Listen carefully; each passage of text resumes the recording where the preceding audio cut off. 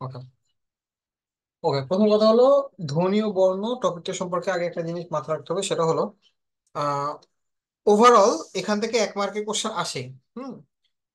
So এক মার্কের question আপনাকে মাথা রাখতে হবে, যেটা এক মার্ক আপনি একটা কোশ্চেনে এনশিওর করতেছেন, বাট এর চেয়েও বড় মাথা রাখার বিষয় হলো যে এই এক মার্ক আপনি শুধু বিসিএস এ এনশিওর করবেন না, আপনি এই এক মার্ক বাংলাদেশ ব্যাংকের এডিতে হলো গিয়া এনশিওর করবেন, আপনি এই এক মার্ক এনশিওর করবেন হলো গিয়া অন্যান্য যেসব জব আছে, যেমন ধরেন যে আর আর ভালো জব আছে কোনগুলো, যেমন ধরেন এডি, অথবা ধরেন যে 9 গ্রেড যেসব জব আছে প্রত্যেকটাতে এই এক মার্কে ধনীয় বর্ণ থাকে। আপনি প্রকৃতি পত্রায় দেখবেন যে কোনটা আছে কোনটাতে নাই, আপনি এটা দেখবেন কোনটা আছে কোনটাতে নাই, কিন্তু ওই কি বলে আপনার হলো গিয়ে ধনী ও বর্ণ মোটামুটি সবগুলোতে আছে। তো শুরু করি। তো এখানে আমি এর আগের দিন একবার বলেছিলাম ভাষার মূল উপাদান যদি আমি বলি সেটা হলো ধ্বনি। ঠিক আছে। সো আর বাংলা ভাষায় ব্যবহৃত ধ্বনির সংখ্যা 41টি। আচ্ছা, এখানে কি কারো কোনো কনফিউশন আছে? ধ্বনি 41টি না 50টি, এটা বলতে পারেন কেউ? বলেন দেখি, ধ্বনি কি 41টা না 50টা?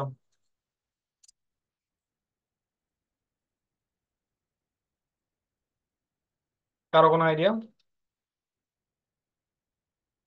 আচ্ছা, ধ্বনি 41 না 50টা এটা নিয়ে আমি আসবো। আমি একটু আগে তার আগে একটা জিনিস নিয়ে একটু কথা বলে আসি। ধ্বনি, বর্ণ আর অক্ষর। ধ্বনিটা হলো জাস্ট উচ্চারণ। আগে বলে কি, ধ্বনি হলো উচ্চারণ। আমি যা উচ্চারণ করব, আ ই উ, যা উচ্চারণ করব সেটাই হলো ধ্বনি। বর্ণ হলো তার রূপ। মানে কি, এটাকে আমি বলতে পারি প্রতীক, বলতে পারি চিহ্ন। এবার যদি আপনি জিজ্ঞেস করি বর্ণ আগে আসছে না ধ্বনি আগে আসছে, কোনটা আগে আসছে বলেন তো? ধ্বনি। হুম। কারণ মানুষ লেখা শুরু করেছে অনেক বছর পর থেকে, অনেক বছর বলতে হাজার বছর, অনেক হাজার বছর পর থেকে মানুষ লেখা শুরু করেছে, কিন্তু ধনী মানুষজনের এখন আছে। যেমন ধরেন আপনারা কেউ যে ওই আফ্রিকান ট্রাইব ধরে যে সব ওই সাহেলি ট্রাইব, তারপর এরকম বিভিন্ন ট্রাইবের নাম শুনেছেন না? ওদের দেখবেন যে বিভিন্ন টাইপের ওই কথা আছে, মানে ওদের উচ্চারণগুলো এরকম এরকম উচ্চারণ আছে, but they don't have any written words, মানে অ্যালফাবেট। সো তাদের ধ্বনি আছে ঠিকই, তাদের বর্ণ নেই। ওকে। ওকে। সো এই যে বর্ণ, ধ্বনি, নির্দেশক, চিহ্ন, এটা নিয়ে জানি আমরা, নতুন করে বড় বড় নেই। আচ্ছা, এটার একটা কথা লেখা হচ্ছে ধ্বনি দিয়ে আট বাঁধা শব্দই ভাষার ইট। ঠিক আছে। মানে বলতে বোঝানো হয়েছে যে কি বলবো, যে ধ্বনি দিয়ে যে আমরা ওই শব্দ বানাচ্ছি, সেই শব্দ বানানোর জন্য আমরা একটা পর একটা যাদেরকে অ্যাড করতেছি তারা হলো বর্ণ। ঠিক আছে। এই ইট গুলো দিয়ে যে আমি ভাষা বানাচ্ছি একটা পর একটা, সেই ইট গুলো হলো বর্ণ। বর্ণ দিয়ে আমরা ধ্বনি দিয়ে ভাষা বানাই, আর সেই ভাষা বানানোর জন্য আমি যেগুলো ইউজ করছি সেগুলো হলো বর্ণ। আচ্ছা, তারপর কি, মাত্রার উপর ভিত্তি করে বর্ণ মূলত 3 প্রকার। কি কি? মাত্রাহীন বর্ণ, অর্ধমাত্রা বর্ণ, পূর্ণমাত্রা বর্ণ। এইটা ট্রিপল স্টার, এখান থেকে একটা কোশ্চেন আসে। ঠিক আছে। সহজ করে মনে রাখার জন্য অপশন কি কি, প্রথমে হলো গিয়া 10টা, 8টা, 32টা। এইটুকু শুধু পড়লে হবে না, কোশ্চেন আসবে মাত্রাহীন স্বরবর্ণ কয়টি। আপনি যে কোনো একটা মনে রাখবেন, আমি স্বরবর্ণটা মনে রাখতাম কিরকম। মাথা রাখবেন মাত্রাহীন বর্ণ কয়টা, 10টা, তাহলে স্বরবর্ণ কয়টা, 4টা। যদি স্বরবর্ণ 4টা হয় তাহলে ব্যঞ্জন বর্ণ কয়টা, বিয়োগ করলে পাচ্ছি 6টা। সেম ভাবে অর্ধমাত্রা বর্ণ 8টা, স্বরবর্ণ খালি একটা, রি। তার বাকি 7 টাকার ব্যঞ্জন বর্ণ, মুখস্থ করা লাগতেছে না। পূর্ণমাত্রা বর্ণ কয়টা, 32টা, তাহলে তো 6টা কোথায়, খালি স্বরবর্ণ। তাহলে একটা মানে কি হলো, 6টা বাদে বাকি 26টা কোথায়, ব্যঞ্জন বর্ণ। এরকম। ঠিক আছে। মানে এইটা আপনি সরাসরি মানে কি বলবো, যে কোনো একটা সাইড মনে রাখবেন, তাহলে আপনার মোটামুটি একটা আইডিয়া হয়ে গেল। ওকে। আচ্ছা, ঠিক আছে। এবার আসি বাংলা বর্ণের লিখিত বর্ণমালাটা, মানে জানেন 50টা বর্ণমালা রয়েছে, তবে তো স্বরবর্ণ 11টি, ব্যঞ্জন বর্ণ 39টি, সবাই জানে মোটামুটি। আচ্ছা, আর 45টি বর্ণের পূর্ণরূপ ব্যবহার হয়। তাহলে বাকি 5টা কি হয়েছে? কে বলতে পারেন বাকি 5টা বর্ণের কি হয়েছে? এগুলো পরাশ্রয়ী বর্ণ, যেমন না, ঈষৎ, পরাশ্রী বর্ণ চন্দ্রবিন্দু। পূর্ণরূপেই ব্যবহৃত হচ্ছে। হ্যাঁ, এটা ঠিক। ওই পরাশ্রী বর্ণের ভিতরে চন্দ্রবিন্দু, তারপর খণ্ডতে, এগুলো সচরাচর বিসর্গ, খণ্ড মানে অনুসার, এগুলো সচরাচর পরশ্রী বর্ণ হিসেবে ব্যবহার করা হয়, এগুলো নিজস্ব থাকে না। এইটা আরেকটা যেটা আছে সেটা হলো, এটা আমরা মোটামুটি বেশিরভাগই পরিচিত না। এই টাইপ একটা বর্ণ আছে, এটা কি বলতে পারেন? দেখে অবভিয়াসলি বয়ের মতো মনে হচ্ছে, বাংলা নর্মাল ব। এই ব আর এই বয়ের ভেতর ডিফারেন্স জানেন কেউ? অন্তঃস্থ ব। ইয়েস, এটা হলো অন্তঃস্থ ব, যেটা হলো আপনারা দেখতে পারেন। স্বর যদি বলি, এই স্বরের বটা এই অন্তঃস্থ ব, এই বটা কোনো নিচে যায় না, এই বটা গেলে এরকম হয়। যেমন এই যে ধ্বনিতে দেখেন, দেখতে পাচ্ছেন এই নিচে যে বট আছে এটা অন্তঃস্থ ব। এটাকে বর্তমানে পূর্ণ যে কি বলে ওই বাংলা ভাষার উম, ব্যবহার রয়েছে, সেখান থেকে এই অন্তঃস্থ বটাকে বাদ দিয়ে দেওয়া হয়েছে। আচ্ছা, তো এই গেল। আচ্ছা, আর অক্ষর সম্পর্কে বলি। অক্ষর হলো সিলেবাল, ইংলিশটা মাথায় রাখলে আর কিছু লাগে না। অক্ষর হলো গিয়া সিলেবাল, যেমন ধরেন যে হলো গিয়া সংবাদ। হ্যাঁ, মানে আপনার মুখ একবার খুললো, একবার বন্ধ হলো, এইটুকুতে যা যা হলো গিয়া ওই মানে উচ্চারণ করা যায় ততটুকু হলো গিয়া একটা সিলেবাল। এই যে সংবাদ, দুইবার আপনাকে ইয়া করতে হবে, এটা হলো গিয়ে দুই বর্ণ। তারপর হলো তার মাঠ, হ্যাঁ, এক সিলেবাল, মানে এক অক্ষর। ঠিক আছে, আর অক্ষরের উচ্চারণ কালকে মাত্রা বলে, এটা তেমন ইম্পর্টেন্ট না, বাট এটা ইম্পর্টেন্ট যে আমাদের হলো গিয়া এক প্রবেশে যে কটা ধ্বনি বা ধ্বনি সমষ্টি উচ্চারণ করা যায় তাদেরকে আমরা অক্ষর বলে থাকি। আচ্ছা, তো স্বরধ্বনি কাকে বলে এটা নিয়ে আমি আর বেশি করব না। যে স্বরধ্বনি কাকে বলে আপনাদের বেশি ইম্পর্টেন্ট এইটা, যে মৌলিক স্বরধ্বনি কয়টা, সাতটা। আর যৌগিক স্বরধ্বনি যদি আমি বলি, যে যৌগিক স্বরধ্বনি কে কয়টা আছে বলতে পারেন?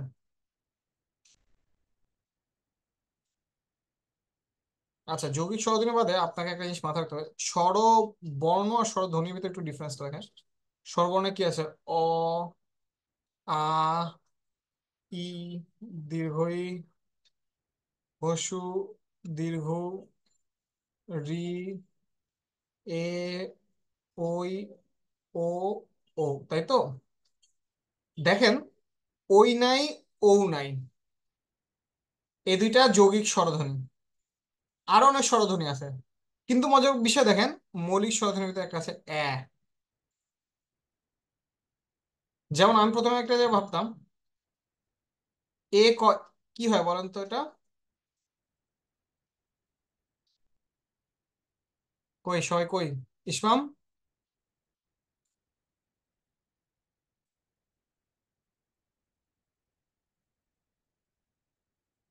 কই কেউ নাই? ইসমাম, ভাইয়া শাওন। আছি আছি ভাইয়া আছি। হ্যাঁ, বলো তো ক উচ্চারণ কি হয়?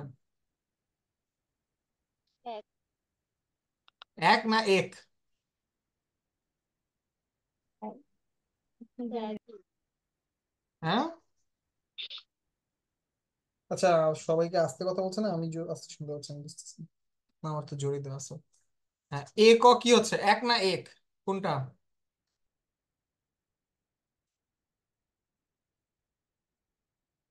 আমি প্রথম ভাবতাম যে তাহলে আমাদের এক বলা উচিত, হ্যাঁ, একটি, একটি তো ঠিক আমরা আছে। তো একই বলি। আমরা বলি এক, ইয়েস, হ্যাঁ। দ্যাটস দ্য ফ্যাক্ট, এইটা হলো সেই এক। বর্ণ আমার নাই, ধ্বনি এইটা। ঠিক আছে, সো এক বলাতে কোনো সমস্যা নেই, কারণ ওটা এক, এ ধ্বনি, নট এ ধ্বনি, ওখানে উচ্চারণ হচ্ছে। ঠিক আছে, আর এই ধনের তত্ত্বটাকে কে প্রশ্ন যায়? মোহাম্মদ আফজাল, লাগবে না আপনাদের ওটা নিয়ে। ঠিক আছে, আচ্ছা। আর যৌগিক স্বর কিরকম? যে দুইটা বর্ণ একসাথে, যেমন এই দুইটা নিয়ে আমি আসলে বলতে চাচ্ছিলাম, অ যোগ হস্যই ওই, অ যোগ হসু ও, এই দুটা যৌগিক স্বরের একটা কমন উদাহরণ। ঠিক আছে, আর মোট যৌগিক স্বরধ্বনি 25টা, এটা একটু ইম্পর্টেন্ট আছে, কারণ এই 7টার 25টা যৌগিক স্বরধ্বনি। আপনার যদি মৌলিক স্বরধ্বনি আসে 7টা, এটা ভুলে যায় মানুষজন বেশিরভাগই, এই জন্য আমি এটা মনে করলাম যে মৌলিক স্বরধ্বনি 7টি, নট আপনার 11টি। আচ্ছা, এবার আসি যে অর্ধ স্বরধ্বনি কিরকম, যে হলো গিয়া ওই কি বলে, আহ আচ্ছা, স্বরজ্ঞাপক বলতে কি বোঝায়? দুইটা বর্ণ। একটু শুনতে পাচ্ছেন? একটু জোরে বলতে হবে। আমার কথা শোনা যাচ্ছে? না, কথা অনেক শুনছে, অনেক দূর থেকে আসতেছে।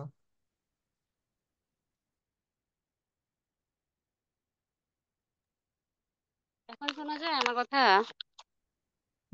হ্যাঁ, শোনা যাচ্ছে, বলেন একটু দূর থেকে বাড়তেছে। বলছি স্বরজ্ঞাপক যৌগিক স্বরজ্ঞাপক দুইটা যে বর্ণ, হুম। এটা স্বরজ্ঞাপক কেন এগুলো? ও আচ্ছা, এটা স্বরজ্ঞাপক বলার রিজন হলো গিয়া, স্বরজ্ঞাপক নাকি যৌগিক কেন সেটা জানতে চাচ্ছেন? যৌগিক তো 25টা, সেটা তো বুঝছি। তাহলে কি প্রশ্ন কোনটা? স্বরজ্ঞাপক কেন? আমি বুঝি না এটা। মানে দুইটা স্বর একসাথে উচ্চারণ হয় তাই এটাকে যৌগিক স্বর বলছি আর কি। ঠিক আছে। আচ্ছা, এবার আসি অর্ধ স্বরধ্বনি। এটা হলো গিয়ে নিজে পূর্ণ অক্ষর গঠন করতে পারে না কিন্তু অক্ষর গঠনে সহায়তা করে। এরকম আছে চারটা। কিরকম? চারটা অর্ধ স্বরধ্বনি আছে: হর্ষই, হর্ষি, উন্তুস্ত এবং ও।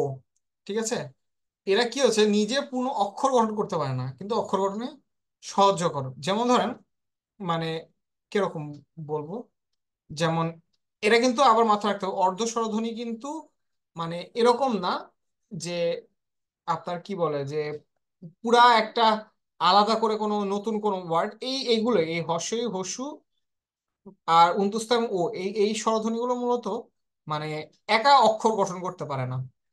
এদের জন্য হলো অক্ষর বলতে কি বলেছিলাম একটু আগে, যে ওই যে একটা থেকে আমি হলো গিয়া মানে কি বলে এক সিলেবালে যে আমি হলো গিয়া এক শ্বাসে যে যে কটা ধ্বনি উচ্চারণ করতে পারি সেরকম আর কি। হ্যাঁ, তো এরা পারে না অক্ষর গঠন করতে কিন্তু অক্ষর গঠনে সহায়তা করে। ঠিক আছে, তাদেরকে আমরা অর্ধ স্বরধ্বনি বলি। চারটা আছে: হর্ষই, হর্ষু, উন্তুস্ত, ও। এনাফ, এর বেশি লাগবে না আপনাদের। আচ্ছা, এইটা ইম্পর্টেন্ট খুবই। কি? উচ্চারণকালের পরিমাণ অনুযায়ী স্বরধ্বনিকে দুই ভাগে ভাগ করা হয়: হ্রস্ব স্বর আর দীর্ঘ স্বর। সহজ কথা মনে রাখবেন কি, যে প্রথমগুলো এই আপনার বেশিরভাগই স্বরধ্বনিতে ডাবল ডাবল আছে: অ, আ, হর্ষই, দীর্ঘই, হর্ষু, দীর্ঘ। এই প্রথম তিনটার প্রথমটা প্রথমটা করে, আর রি, এই চারটা হলো হ্রস্ব স্বর। আর বাদ বাকি যে চারটা আছে এগুলো হলো দীর্ঘ স্বর। ইম্পর্টেন্ট কোশ্চেন আসে যে নিচের কোনটি হ্রস্ব স্বর ধ্বনি? উত্তর এই তিনটার ভেতর যেটা থাকবে সেটা, এই চারটার ভেতর যেটা থাকবে সেটা। ওকে। আচ্ছা, এবার আসো যে উচ্চারণ উচ্চারণ অনুযায়ী ধ্বনির হলো গিয়ে উচ্চারণ স্থান কোনটা। এখানে মেবি আমি যদি ভুল না করি একটা বাদ গেছে। আচ্ছা, সেটা আমি দেখাই দেবো, টেনশন নেই। ওকে। আচ্ছা, সেটা হলো যদি হলো গিয়ে আমরা বলি মুখের মানে কি বলে সম্মুখ স্বরধ্বনি।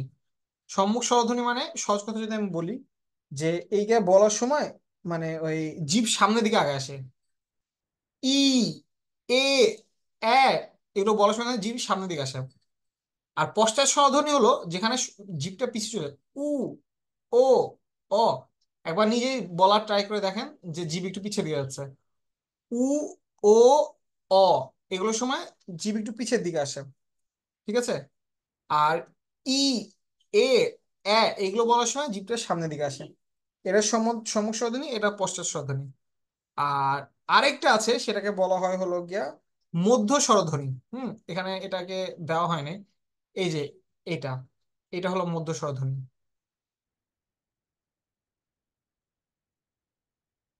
বা এটাকে আবার কেন্দ্রীয় স্বরধ্বনিও বলা হয়। ঠিক আছে, কেন্দ্রীয় স্বরধ্বনি, মধ্য স্বরধ্বনি। ওকে। আচ্ছা, এই কয়টা হলো উচ্চারণ স্থান অনুযায়ী। এই কয়টাও ইম্পর্টেন্ট। আমি আসতে কম দিয়েছি বাট আসে। ওকে। ব্যঞ্জন ধ্বনি। ব্যঞ্জন ধ্বনি উচ্চারণের জন্য আমি আগে একটা বক্স লিখতে হবে, সেই বক্সটা করা হয়েছে নাকি মানে আমার করা হলো আমি। এই বক্সটা আগে আসি। ব্যঞ্জন ধ্বনি প্রথম আপনাকে মোটামুটি ব্যঞ্জন ধ্বনির একটা মজার বলি। ব্যঞ্জন ধ্বনির যে কয়টা কোশ্চেন বেসিকলি করা হয় সেটা হলো এই পেজের এই জায়গা থেকে, এর বাইরে মোটামুটি লাগে না। প্রথমে আসে বর্গীয় বর্ণ। বর্গীয় বর্ণ বলতে বোঝানো হয় 25টা বর্ণকে বর্গীয় বর্ণ বলা আছে। কি থেকে ক থেকে ম পর্যন্ত এদেরকে কি বলা হয়? বর্গীয় বর্ণ। কেন বর্গীয় বর্ণ বলা হয়? এদেরকে একে তো 5x5 এভাবে আপনার হলো গিয়া পাঁচটা বর্গ মানে পাঁচের একটা স্কোয়ারে কনভার্ট করা যায়। এটা একটা রিজন। সেকেন্ড রিজন হলো যে এদের ভিতর কমন কিছু ফিচার আছে, এই জন্য এটাকে বর্গীয় বর্ণ বলি। যেমন ধরেন, প্রথম বর্গের নাম ক বর্গ, দ্বিতীয় বর্গের নাম চ বর্গ, তৃতীয় বর্গের নাম ট বর্গ, চতুর্থ বর্গের নাম ত বর্গ, পঞ্চম বর্গের নাম প বর্গ। জীবন আপনাকে এইগুলো দিয়ে জিজ্ঞেস করে এখান থেকে উচ্চারণ স্থান অনুযায়ী। হ্যাঁ, উচ্চারণ স্থান অনুযায়ী এদেরকে কণ্ঠবর্ণ বলা হয় ক বর্গকে, চ বর্গে তালব্য বর্ণ বলা হয়, তারপর ট বর্গে মূর্ধন্য বর্গ বলা হয়, ত বর্গে দন্ত বর্গ বলা হয়, আর প বর্গে ওষ্ঠবর্ণ বলা হয়। আচ্ছা, আমার যেটা সবচেয়ে কনফিউশন লাগতো এই দুটাতে। হ্যাঁ, ট আর ত কোনটা মানে মূর্ধন্য বর্গ আর কোনটা দন্ত বর্গ কি করে মনে রাখবেন জানেন? এই লাস্টের নটা হিসাব করবেন। লাস্টে যদি বলতো ট, ঠ, ড, ঢ, মূর্ধন্য যদি আসে তাহলে এটা মূর্ধ বর্ণ, মানে মূর্ধ বর্গ। আর যদি ত, থ, দ, ধ, দন্ত ন আসে তার মানে এটা দন্ত্য বর্গ। এভাবে, ঠিক আছে। আচ্ছা, এই হলো গো মোটামুটি আমার ওই বর্গের হিসাব। আচ্ছা, আমি এরপর আরো কিছু অ্যাড করব, সেটা পরে আসবো। তো এবার আসি যে এদের ভেতর আবার ভাগ আছে। ভাগ কি? ঘোষ, অঘোষ। ঘোষ বলতে কি বোঝানো হয়? ঘোষ বলতে বোঝানো হয় যে যেটা উচ্চারণ করার সময় আপনার কণ্ঠস্বর কিছুটা কাঁপে। হ্যাঁ। আর অঘোষ বলতে বোঝানো হয় কাঁপে না বা অল্প কাঁপে। কথাটা বুঝে গেছে? ঘোষগুলো কোনগুলো? যেগুলোতে কণ্ঠস্বর কাঁপে। আর অঘোষ কোনগুলো? যেগুলোতে কণ্ঠস্বর কাঁপে না। যেমন ক, খ, গ, ঘ। দেন আপনার কণ্ঠস্বর বলতে যে মানে কি বলে আমাদের যে ষড়যন্ত্র বলা হয়, বা যে কি বলবো ইংরেজিতে ল্যারিংস, ওটা যদি কাঁপে তাহলে সেটা হলো গিয়ে ঘোষ বর্ণ, আর যদি না কাঁপে সেটাকে অঘোষ বর্ণ বলা হয়। প্রথম দুইটা হলো গিয়ে অঘোষ, পরের তিনটা মেইনলি এইটা সহ মূলত ধরা হয় ঘোষ। ঠিক আছে। মেইনলি আমরা এটাই মাথা রাখবো, প্রথম দুইটা অঘোষ, পরের দুইটা ঘোষ। তিন নাম্বারটাও ঘোষ হিসেবে ধরা হয়, বাট এটা অন্য একটা ক্যাটাগরি আছে, এটা নিয়ে আমরা বলতেছি। ওকে। আচ্ছা, তার মানে কি? প্রত্যেকটা বর্গের প্রথম দুটা বর্গ হবে হলো গিয়া অঘোষ, আর শেষের তিনটা বর্ণ হবে ঘোষ। কথা বোঝা গেছে? তাই এবার আপনি আমাকে বলেন তো দেখি, থ ঘোষ না অঘোষ? বলেন বলেন বলেন। থ কি ঘোষ না অঘোষ? অঘোষ। লিখা আছে রে ভাই, না দেখে তো না পারার তো কিছু নাই। আমি চেঞ্জ করে ফেলি স্লাইডটা, স্লাইড চেঞ্জ করে তারপর বলে। এখানে বলেন দেখি সবাই। ঝ ঘোষ না অঘোষ? ঘোষ। ঘোষ। ঘোষ, ঝ। হুম। আচ্ছা, এই নাফিসা বলো দেখি, ভ ঘোষ না অঘোষ?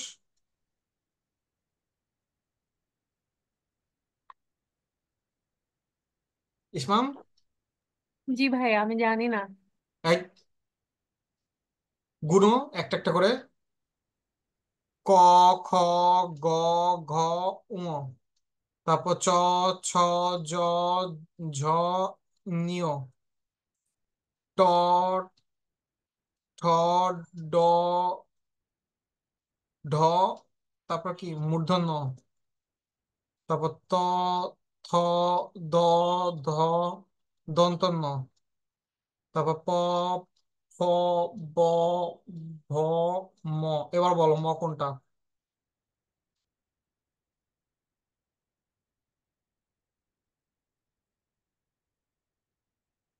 বলো কোনটা?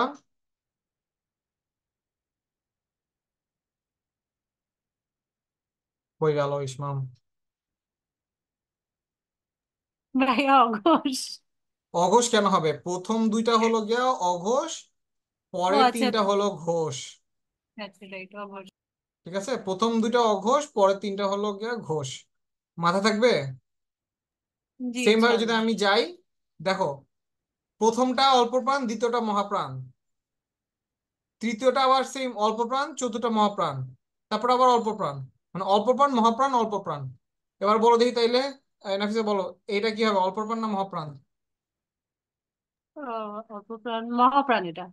ইয়েস, কি হবে? অল্প ওই প্রাণ যে মহাপ্রাণ, অল্প প্রাণ মহাপ্রাণ, অল্প প্রাণ, এরকম আর কি। ঠিক আছে, একটা পর একটা ইয়ে হবে। তাহলে বলো দেখি, কি বলে চ কি হবে? চ হচ্ছে অল্প প্রাণ ভাইয়া। অল্প প্রাণ। ঘোষ না অঘোষ? অঘোষ। হ্যাঁ, প্রথমটা হলো অঘোষ, আর দ্বিতীয়টা হলো ঘোষ। হুম। আমার কাছে আগে যতবার এটা পড়তাম ততবার ঘোষ বলতো, যে দুধালা আগে দুধ বিক্রি করতে আসতো মানুষ, ঘোষ বলতো, ওই ঘোষ মাথা আসে। বাট মাথা রাখে তো ওই ঘোষ না। কাঁপলে সেটা হলো আমাদের কণ্ঠস্বর যদি কাঁপে তাহলে হলো গিয়ে ঘোষ, যদি না কাঁপে তাহলে অঘোষ। আচ্ছা, লাস্টে যেই 5 নাম্বার যে রোটা আছে এদেরকে আমরা সচরাচর মোর প্রেফারেবলি যে নামে পরিচিত তাদেরকে নাসিক্য বর্ণ বলা হয়। কারণ কি? আহ নাক বন্ধ করে এই 5টা বর্ণকে উচ্চারণ করা যাবে না। আমি নাক বন্ধ করো ক, খ, গ, ঘ ইজিলি বলে ফেললাম, কিন্তু আমি নাক বন্ধ করে ও, আর আমার নাক দিয়ে বের হবে না, মানে আমার এটা বের হতে পারবে না। তো এদেরকে নাসিক বর্ণ বলে, কারণ এই বর্ণটা উচ্চারণ করার সময় একটা বড় পার্ট বাতাস নাক দিয়ে বের হয়, তাই এদেরকে নাসিক বর্ণ বলা হয়। ঠিক আছে, তাইলে এবার বলো তো নাসিক বর্ণ এদের কারা কোনটা, যদি 1 2 3 4 5 কোন রোটা বলো।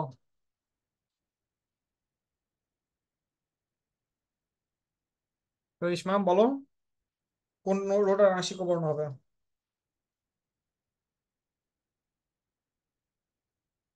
এই হারায় যায় কই, কই বাকিরা বলেন কোন রোটা নাসিক বর্ণ হবে।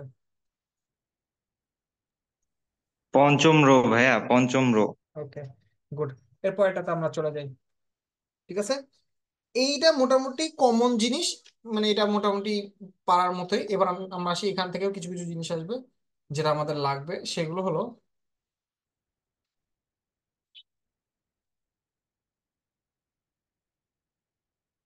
ওকে। এটা ছাড়াও যেগুলো আসবে, যেমন আমরা বর্গীয় বর্ণকে স্পর্শ বর্ণ বা স্পৃষ্ট বর্ণ বলা হয়, ইম্পর্টেন্ট। ঠিক আছে, এই 25টার জায়গায় 20টা দরকার নেই, নতুন মাধ্যমিক বইটা আপনার মোটামুটি আসবে না, যদি আসো আসার কথা।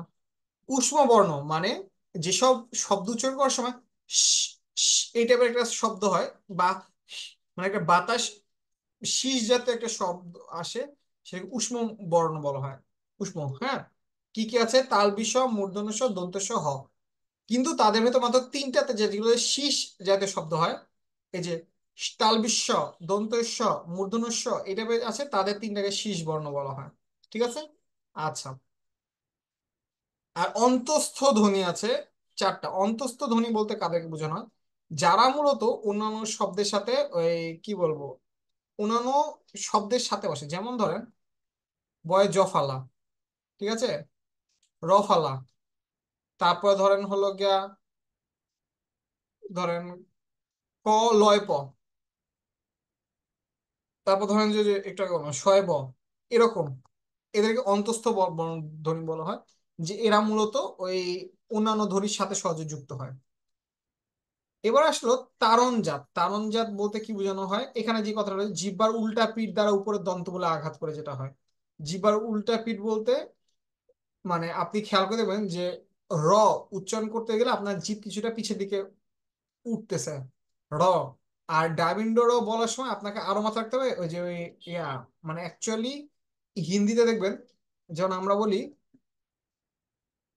খি চু রি, এটা হিন্দিতে হয়ে যায়, মানে ইংলিশে লিখলে ওরা ওরা বলে খিচ রি। ড কেন, কারণ আমরা অ্যাকচুয়ালি ড বিন্দু রটা বলি। তো ওই জীবের উল্টা পাশটাতে যখন লাগবে সেগুলোকে আমরা তারণজাত ধ্বনি বলে থাকি। তারণজাত ধ্বনি তাহলে কোনটা, দুইটা, যে দুইটা সিগনিফিকেন্ট র আছে, ডারবিন্দু র আর ভয়বিন্দু র, এই দুটা হলো গিয়া তারণজাত ধ্বনি। আর কম্পনজাত ধ্বনি হলো একটাই, সেটাকে বলা হয় র। আমাদের নর্মাল যে রটা আছে সেটা হলো কম্পনজাত ধ্বনি। এইটা মাস্ট। ঠিক আছে, এটা মাস্ট, ক্লাস 6 এর জিনিস এখন। মনে রাখার জন্য আপনাদের খুব বেশি প্যারা খাওয়ার কোনো মানে আছে বলে আমি মনে করি না। ওকে, এবার আসি পার্শ্ব, পার্শ্বিক বা তরল ধ্বনি, মানে যেটা উচ্চারণ করার সময় জিহ্বার দুই পাশ থেকে বাতাস বের হয়, তার সেটাকে পার্শ্বিক বা তরল ধ্বনি বলা হয়। পার্শ্ব ধ্বনি বেশিরভাগ এটা বলা হয় ল। একটাই মাত্র ধ্বনি আছে ল, এটা উচ্চারণ করার সময় জিভের দুই পাশ দিয়ে আমাদের বাতাসটা মিলিয়ে বের হয়। ওকে, নাসিকও তো দেখলেন। পরাশ্রয়ী ধ্বনি তিনটা, কি কি, অনুস্বর, বিসর্গ, চন্দ্রবিন্দু। এই যে দেখেন এখানে একটা করে গোল গোল ডট চলে আসছে না, কেন আসছে বলতে পারেন কেউ? যখন এটাকে ফন্টে লেখা হয়, শুধু অনুস্বর, শুধু বিসর্গ, শুধু চন্দ্রবিন্দু আসে না, কারণ কি এরা পরাশ্রয়ী ধ্বনি, এটা কারো না কারোর সাথে যুক্ত হয়, এই জন্য ফন্ট হিসেবে এখানে মাঝখানে তিনটা গোল চলে আসছে। আচ্ছা, তারপর হলো গিয়ে অযোগ্য ধ্বনি, এটা তো ইম্পর্টেন্ট না, এটা নট ইম্পর্টেন্ট, আমি এটা বলতেছি না পরে। অঘোষ ধ্বনি হলো ওই যে বললাম যে স্বরতন্ত্রে অনুরিত হয় না, আর একটা হলো ঘোষ ধ্বনি, স্বরতন্ত্রে যেখানে অনুরিত হয়, মানে যে বললাম যে গলা কাঁপবে সেটা।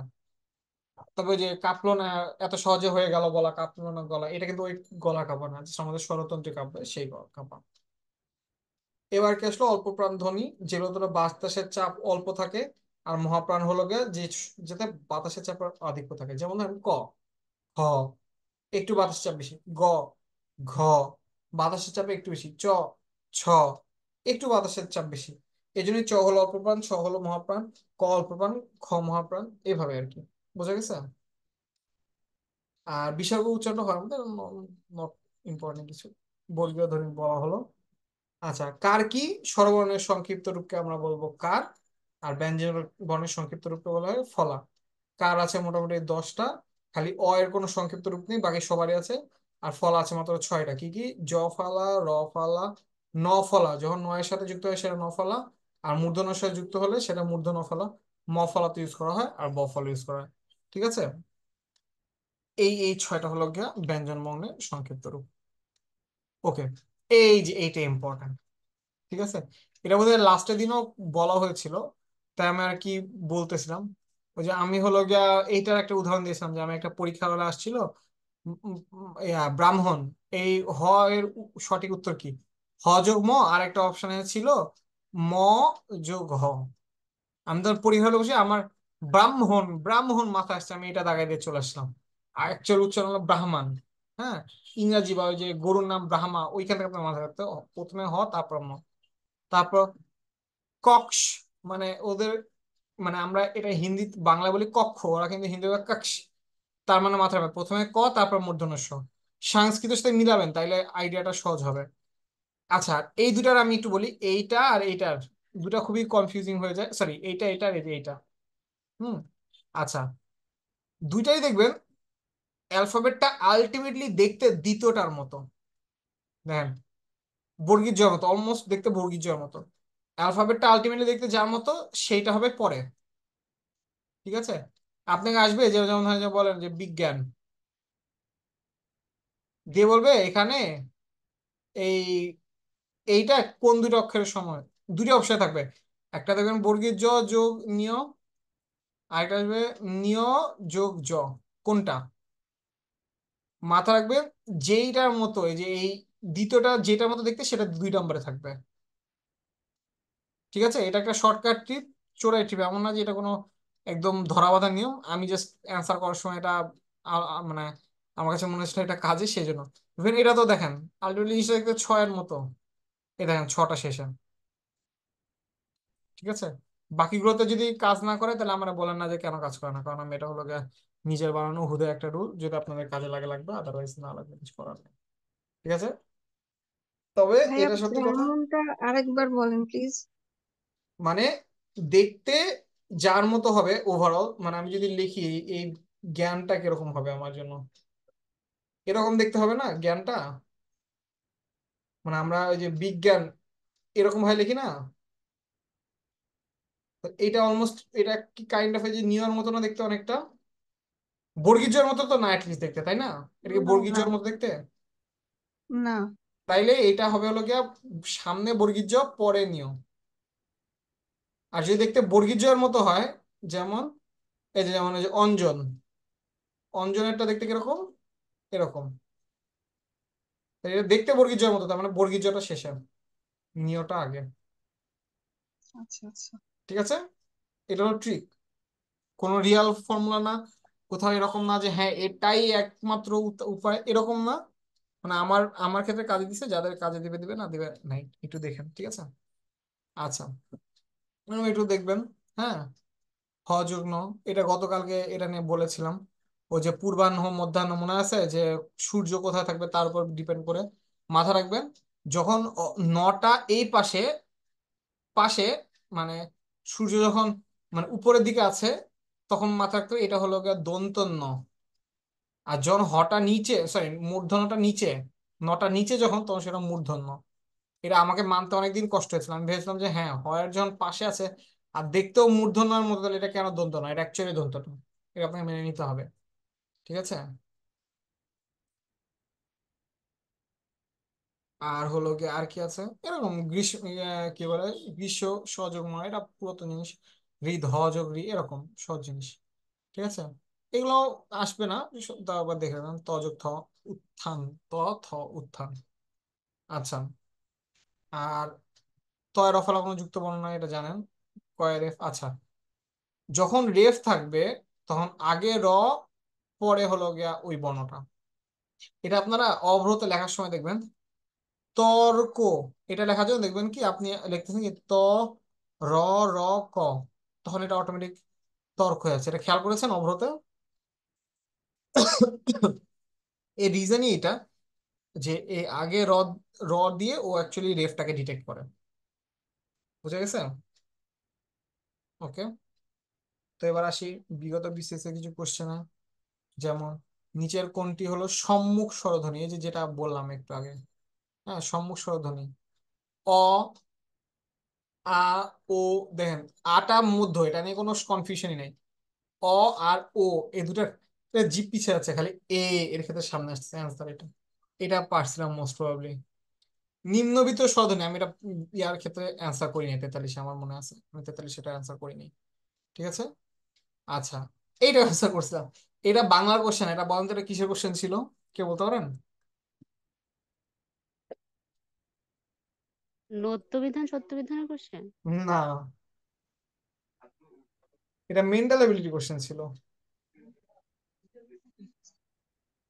আচ্ছা, ঠিক আছে, যে দেখেন, নিয়, উম, নিয়, মূর্ধন্য, তারপর কি দন্তন্য হবে, তারপর ম হবে, এটাই স্বাভাবিক, বুঝা যাচ্ছিল। আচ্ছা, ব্যঞ্জন ধ্বনির সংক্ষিপ্ত রূপ কি হলো, ফলা। এটা একচুয়ালি যদিও অনেক কঠিন আসলে এই কোশ্চেনটা সহজ আসছে। তারপর কি বলেছে, বাংলাদেশের মৌলিক স্বরধ্বনির সংখ্যা কয়টা? 7টি, জানলেন। আর যৌগিক কয়টা ছিল? যৌগিক তো কয়টা ছিল বলেন তো, যৌগিক স্বরধ্বনি কয়টা ছিল? 25টা না? ইয়াস, 25টা হলো যৌগিক স্বরধ্বনি। আর বাংলা ভাষায় কেমন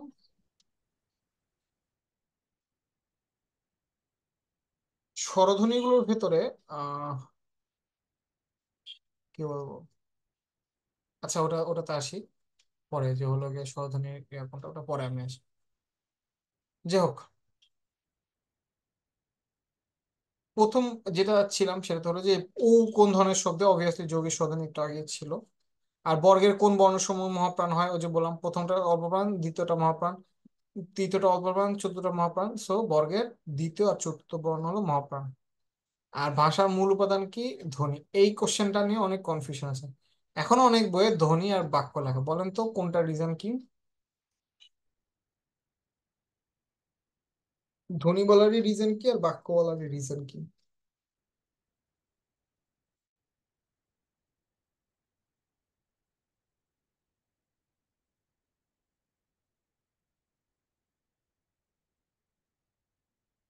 ধ্বনি তো ভাইয়া একক, মানে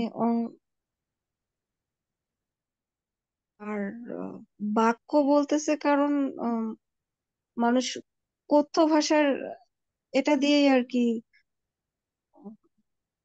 একটা আচ্ছা, হচ্ছে কথ্য রূপ আর একটা হচ্ছে লিখিত রূপ।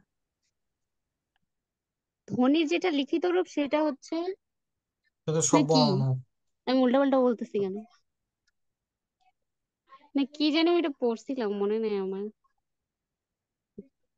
কেন গত ক্লাসে তো মনে হয় যে বাক্য নিয়ে পড়লাম। ইয়েস, আমি বলে রাখি আপনাকে, ভাষার মূল উপাদান বলা হয় বাক্যকে, আর বাক্যের মূল উপাদান বলা হয় ধ্বনিকে। এখন তাহলে আলটিমেটলি মূল উপাদান কোনটা, ধ্বনি না বাক্য? বাক্যই হবে মনে হয়, কারণ আবার একটা কোশ্চেন আসছিল, এটা শুধু 32-এ কি আসছে এটা 32-এ নাকি? আসছে। এই ধরনের কনফিউজিং কোশ্চেন ইউজুয়ালি দুইটা টাইমে দেওয়া হয়। একটা চায় যে তারা, যে হলো গিয়া মানে তারা, মানে কোন একটা জিনিস ভুল শিখানো হচ্ছে বা ভুল জানানো হচ্ছে, সেই জিনিসটাকে একদম ওয়াশ এটা আউট করে ডাবল দিতে। আসছে মনে হচ্ছে। অথবা আরেকটা ক্ষেত্রে করা হয়, সেটা হলো গিয়া ওই কি বলো ওটাকে, যে যদি কোনো কারণে হলো গিয়ে আপনার এই কি বলবো, যে ওই জানানো দরকার, সেসব ক্ষেত্রে হয় ভুল শিখাচ্ছে, নাহলে হলো গিয়া জানানো হয়নি, এই দুটা। এখানে তাহলে কি হবে? এখানে অ্যান্সারটা ধ্বনি বলা হয়, কারণ কি বাক্যের মূল উপাদান হিসেবে, মানে আলটিমেটলি মূল উপাদান তো ধ্বনি হচ্ছে। এই আছে। আর ঠিক আছে, ধ্বনির কি উপাদান হচ্ছে বাক্য? ধ্বনির বাক্যের ক্ষুদ্রতম অংশ হলো ধ্বনি, বাক্যের মূল উপাদান ধ্বনি। বুঝি নাই। আচ্ছা, আমি লাইনটা লিখে দিই। ভাষার মূল উপাদান ধ্বনি। না, ভাষার ক্ষুদ্রতম একক হলো বাক্য, বাক্যের ক্ষুদ্রতম একক হলো শব্দ, শব্দের ক্ষুদ্রতম একক হলো ধ্বনি। এই তিনটা লাইন বোঝা গেছে? এবার আলটিমেট বলেন তো তাহলে ভাষার ক্ষুদ্রতম একক আলটিমেটলি কে দাঁড়াচ্ছে? ধ্বনি দাঁড়াইতেছে। ইয়েস, ওই কারণে এই ইয়া, হিসাব করে এটা বলা হয়েছে, এবং ভাইয়া এটা অ্যান্সার বর্ণ তিনটে হওয়ার হতে কথা পারে। না? হ্যাঁ, এটা তো বর্ণ হওয়ার কথা না? না বর্ণ হওয়ার কথা না, বর্ণ কোনোভাবে হবে না, কেন? কারণ ভাষা লিখিত অলিখিত যে কোনোটা হতে পারে। ও রাইট, বাট লিখিত হলে তো বর্ণ আসলে। লিখিত হলে বর্ণ হতে পারতো, বাট মেইনলি ভাষা লিখিত অলিখিত দুটা ফর্মেটই আমরা তাহলে এটার ধরে নিই যে অ্যান্সার কি হবে। ধ্বনি কাউন্ট করা হচ্ছে? এটাই আমি বললাম যে এটা টু বি অনেস্ট, হুম। আমি যদি আসতো এটার অ্যান্সার আজকেও যদি আসে, এটা যদি 46 BCS আসে, আমি এটা ফাঁকা রেখে আসতাম। ও রাইট। ঠিক আছে, কারণ হুম। ইউ নেভার নো যে তারা অ্যাকচুয়ালি বাক্যটাকে কারেক্ট অ্যান্সার কোনটা? নিয়েছে, কারণ হুম। কখনো তো অ্যান্সার পাবলিশ করে না, তাই না? হুম। সো আমি কেন হলো গিয়া ওই রিস্ক নিব যে আমার মার্কিংটা, এটা আমি আপনাদের বলছিলাম মেবি যে আমার হলো গিয়া যখন ওই কি বলে ওই যখন চলতেছিল যে ওই 43 BCS এর, মানে কি বলে ওই 43 BCS একটা কোশ্চেন ছিল, ওই যে অ্যাটেস্টেশন। কি? এটা 2বার অ্যাটেস্টেশন আসছে। এটা 2বার ও আসছে, উত্তরটা আচ্ছা। কি কি জানো? সত্যায়িত। আহ সত্যায়িত প্রত্যায়িত। নাকি হলো প্রত্যায়িত? আমি 2বার এটা ফাঁকা রেখে আসছি, কোনোবার দেখাইনি। সত্যায়িত হওয়ার কথা না? কে বলতে পারে? সব বইয়ে তখনকার সব বই, ইভেন আমার হাতে যে এই যে এই MP3 বইটা আছে, এই বইটাও হলো গিয়ে তখন প্রত্যায়িত লেখা। তাহলে কে তাই? সত্যায়িত দাগাবে? তাই আমি হলো গিয়ে রিস্ক নেই নেই যে যা হবে হবে, আই আই ডোন্ট কেয়ার, মানে আমি ওটা দেখাবো না। আচ্ছা, আর কয়েকটা জিনিস বলছিলাম যে শেষের দিকে লিখবো, সেটা লেখা হয়নি। আমার একটা প্রশ্ন ছিল। আচ্ছা দাঁড়ান, আমি আগে সংগৃহীত একটা জিনিস লিখে নেই, বিবৃতি। তারপর আমি কোশ্চেনটা নিচ্ছি। এই যে এখানে এইগুলোর সাথে শেষে শেষে করে নিয়ে আপনারা একটু মনে রেখে দিবেন। তালব্য বর্ণ, তিনটা স আছে আমাদের, তাহলে বলেন তো তাহলে তালব্য বর্ণের ভিতর কোন স বসবে? তালব্য স। তালব্য শ। মূর্ধন্যতে কি আসবে? মূর্ধন্য স। দন্ততে কি আসবে? দন্ত স। দন্ত স। তাহলে এটা তার আমার মুখস্থ করা কিছুই নাই। আচ্ছা, এবার যে দুটো আছে আছে মনে আছে আমাদের ওই যে কয়েকটা ছিল হলো গিয়া কি বলে র, র গুলো কোন জাতীয় হলো গিয়া ধ্বনি? র গুলো বলছিলাম না যে মূর্ধা থেকে উচ্চারণ করতে হয়, ট, ঠ, ড, ঢ, ন, দেন র ওই জায়গা থেকে উচ্চারণ হচ্ছে র। দেখেন জীব অলমোস্ট ওই পর্যন্তই যাচ্ছে, যাচ্ছে না? তাই র, র কম্পন জাত না? হ্যাঁ সবগুলোই কম্পন জাত, কিন্তু যাবতীয় র হলো মূর্ধন্য, উচ্চারণ স্থান হলো মূর্ধন্য, ওরে, মানে মূর্ধা। কণ্ঠস্বর এটা হলো তালু, তালু মানে তালু পর্যন্ত আসবে, মূর্ধা হলো গিয়া ঠিক এই যে এটা আসলে ছবি এঁকে দেখাতে হতো, এই ধরেন আমাদের দাঁত, দাঁত থেকে এরকম করে যে এই পিছে আলজিভা, এই পাশে আমাদের আরেক পাটি দাঁত আছে আমাদের, এরকম আর কি। হ্যাঁ, এখানে আমাদের জিভ আছে, এই পার্টটা হলো মূর্ধা। এই দন্তর কাছাকাছি যেগুলো চলে গেছে সেগুলো দন্তবর্ণ, আর এর বাইরে যে আমাদের ঠোঁট আছে, এই ঠোঁটের দিয়ে যেগুলো উচ্চারণ করতে হচ্ছে সেগুলোকে আমরা ওষ্ঠবর্ণ বলছি। বোঝা গেছে? বাংলা ব্যাকরণ যারা ঠিক করছে তাদেরকে নোবেল প্রাইজের চেয়েও বেশি দেওয়া দরকার ছিল। না, এটা আপনাকে একটা জিনিস বুঝতে হবে, বাংলা ব্যাকরণ ধরেন যে এইভাবে করে ভাগ করেছে যে এই অধ্যাপক আব্দুল হাই, ডক্টর মোহাম্মদ শহীদুল্লাহ, ইনারা কিন্তু, ইনাদের কারো কিন্তু আপনারা জানেন কি, এনাদের কারো কিন্তু PhD বাংলা ব্যাকরণে না। এটা আপনারা কেউ জানেন? কিভাবে এত ভেঙে ভেঙে সবকিছু? হ্যাঁ সেটাই বলছি, কি কেন তাদের PhD বাংলা ব্যাকরণে না, কেন কেউ বলতে পারবেন? কিভাবে বলতে তখন পারবো? কি ছিল? হ্যাঁ, তখন কি পিএইচডি করা যেত বাংলা ব্যাকরণে? বাংলা ব্যাকরণ PhD তো করা যেত, তাহলে তারা করেনি কেন? বাংলায় তো করা যেত, ব্যাকরণে না করা গেল। করেনি কেন? তারা তার PhD সময় হচ্ছে পাইনি। ফোনে, কি ছিল রে বাবা এটা, তখনকার দিনে PhD করতে কয়জন? ফনেটিক্স এর উপর। ফনেটিক্স মানে বুঝেন? ধ্বনি তত্ত্ব না? ইয়াস, ধ্বনি তত্ত্বের উপর। আমাদের বাংলা ভাষায় তাকে কি বলে PhD করতে হবে এমন না, যে কোনো ভাষায় বসে PhD। তখন এইগুলো থেকে তারা গবেষণা করে এটাকে ভেঙে নিয়ে আসছে, এমন না যে আকাশ থেকে টপকাইছে। ওকে, আচ্ছা, এবার দেখেন এই তালব্য বর্ণ দন্তেস ছাড়া আরেকটা জিনিস অ্যাড হবে, সেটা হলো ল। এটা হলো তালব্য বর্ণ আরেকটা। আচ্ছা, আর হলো গিয়া সরি, দন্ত, দন্ত বর্ণ আরেকটা। আর তালব্যবর্ণের সাথে আর দুটো অ্যাড হবে, সেটা হলো অন্তর্জ আর অন্তঃস্থ। কোশ্চেন আসে র এর উচ্চারণ স্থান কোনটা, তিন র এর ভিতর যে কোনোটা, কোথায়, মূর্ধা। বা আমরা বলতে পারি পশ্চাৎ দন্তমূল, এটা একটা নাম আছে পশ্চাৎ দন্তমূল, এই দুটো খালি ভুলে যাবেন। এইটাকে বলা হয় জিহ্বামূল।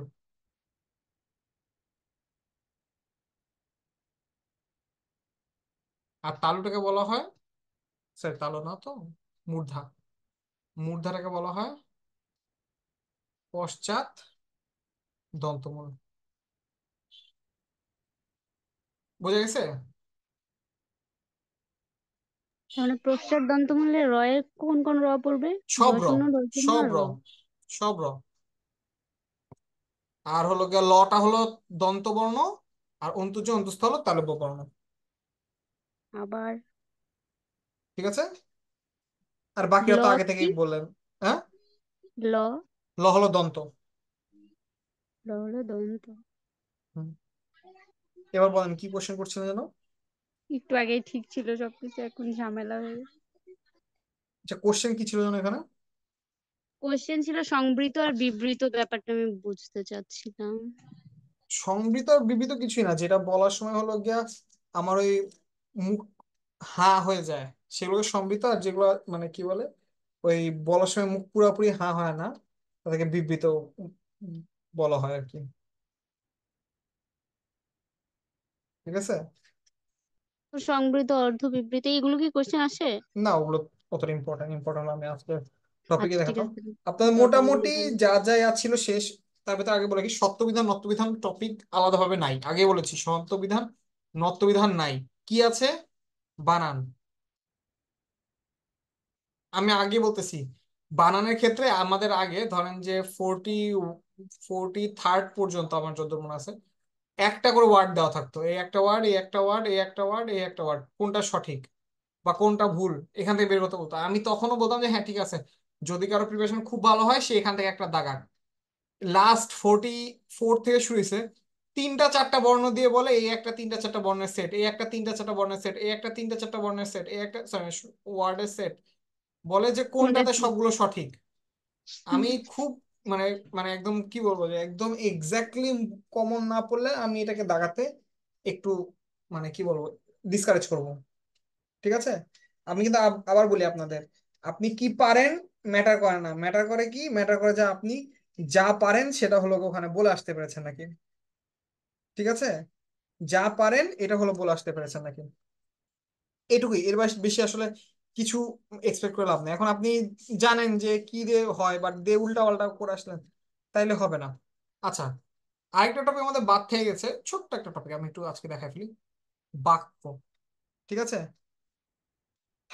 বাক্যে কয় প্রকার, কি কি, এইসব কোশ্চেন আসবে না, খুব স্বাভাবিক কথা।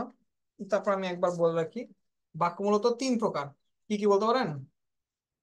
সরল, জটিল, আরেকটা কি বলেন, আরেকটা কি?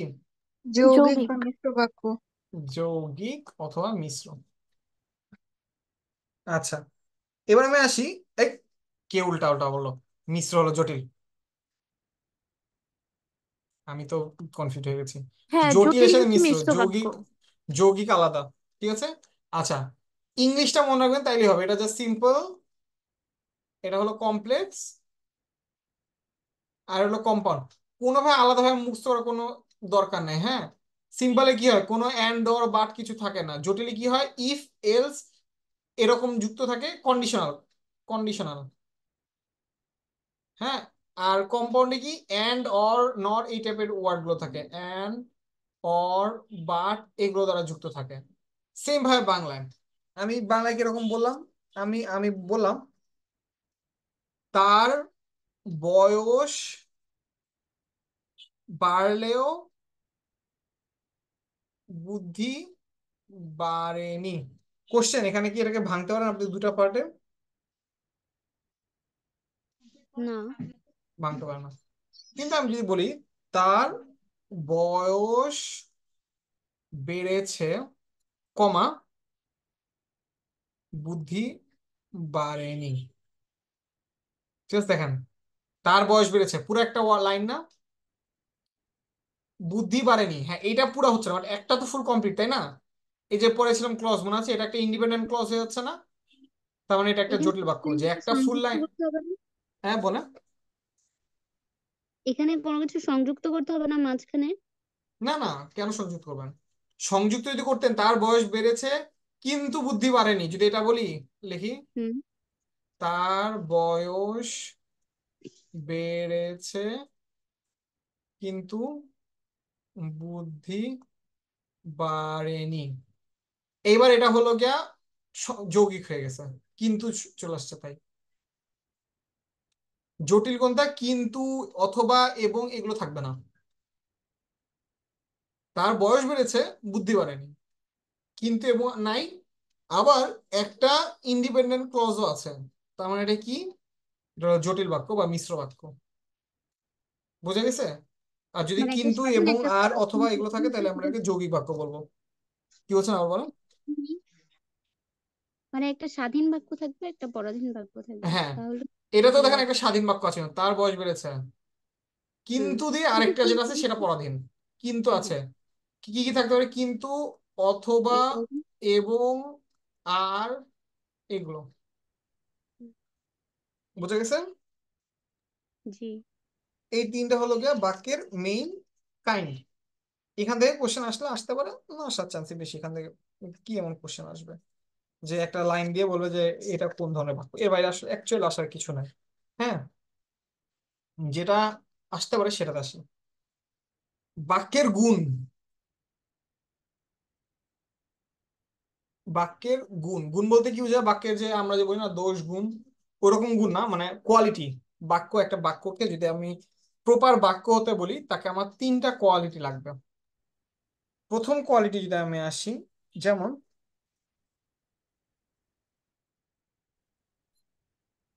পৃথিবী সূর্যের চারদিকে।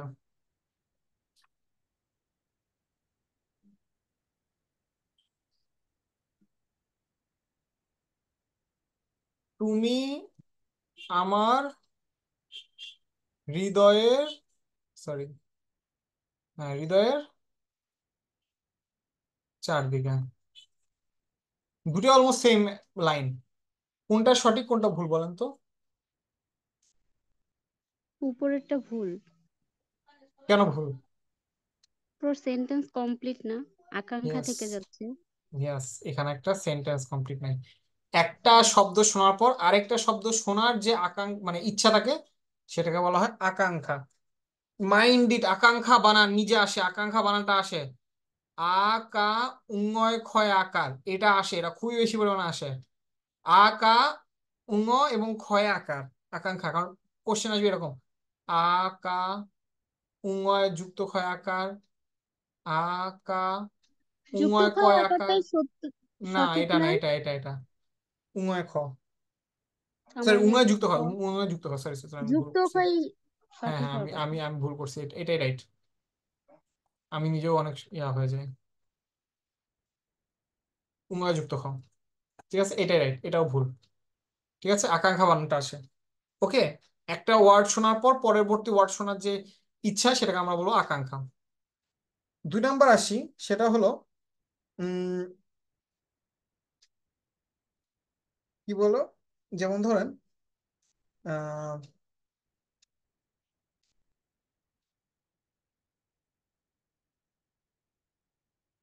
এটাকে বলা যায় হলো গিয়া কিরকম, যে হলো গিয়া ওই, ধরেন এরকম, আমি আজ খেয়েছি ভাত। যদিও সুর মিলেছে, সমস্যা কোথায়? পদবিন্যাসে। পদবিন্যাস। একটা বাক্যের প্রপার পদবিন্যাসটাকে আমরা বলি হলো আসত্তি। আসত্তি, তয়টায় হস্যই। এটা তাহলে কি হচ্ছিল? আমি আজ ভাত খেয়েছি। আমি আজ ভাত খেয়েছি, এটা হলো আসক্তি হতো। আর 3 নাম্বারটা কি? 3 নাম্বারটা হলো যোগ্যতা।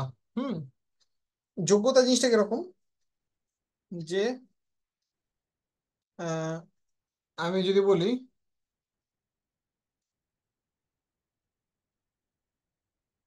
উম আজ বৃষ্টির দুপুরে শুকাচ্ছি,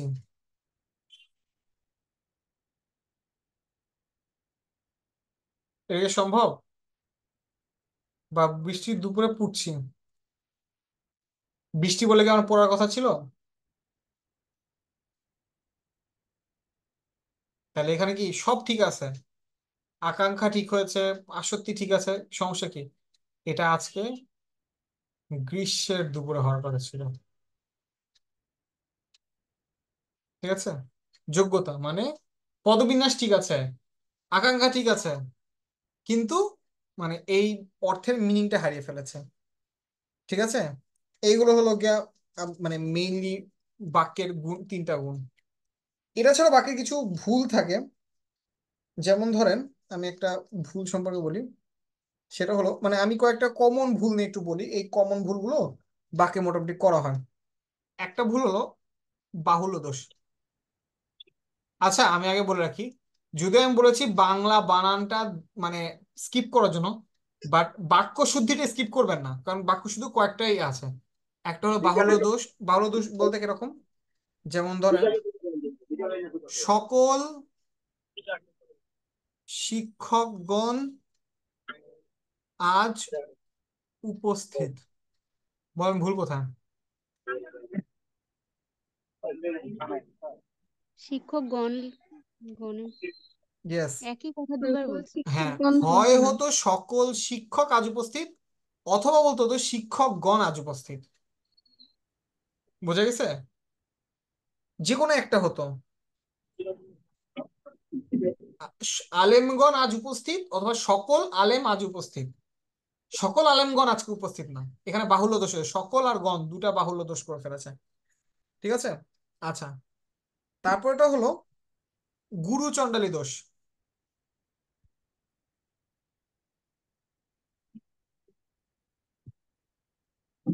গুরু চণ্ডালী দোষ মানে কি বলেন তো?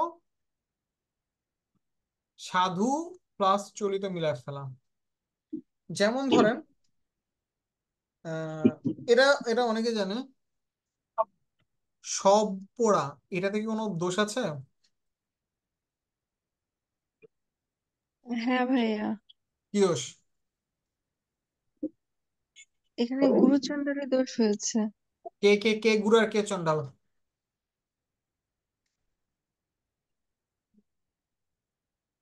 সব হলো গুরু তৎসম, আর পোড়া হলো চলিত।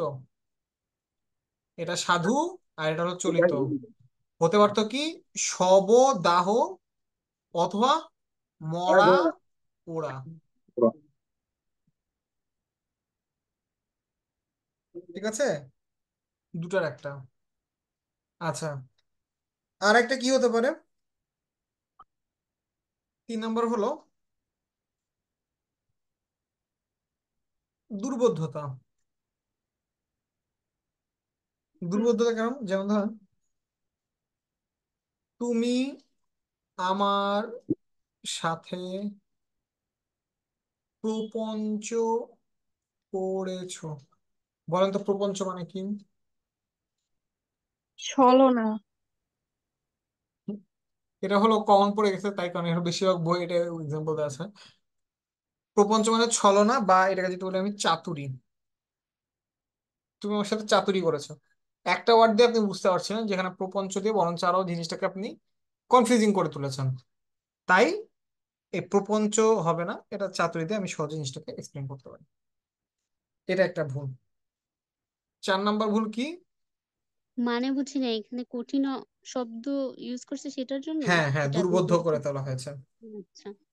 আচ্ছা, তারপর হলো উপমার ভুল প্রয়োগ।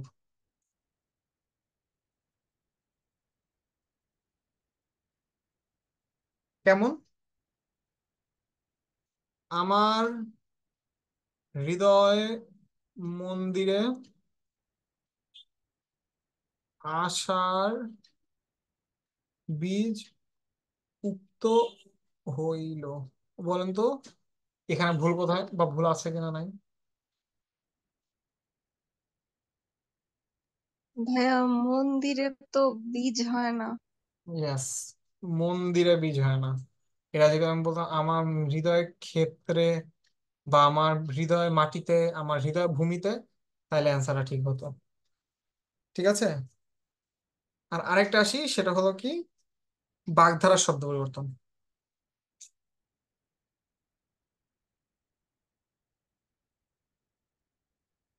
কিরকম? যেমন ধরেন হলো গিয়া কাঠ হাসি, এই বাগধারাটা শুনেছে সবাই?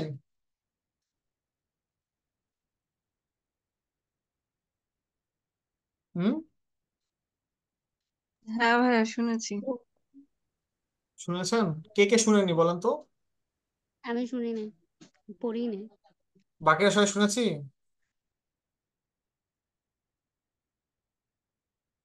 কাঠ হাসি কেউ শুনি নাই, শুনেছি কাষ্ঠ হাসি।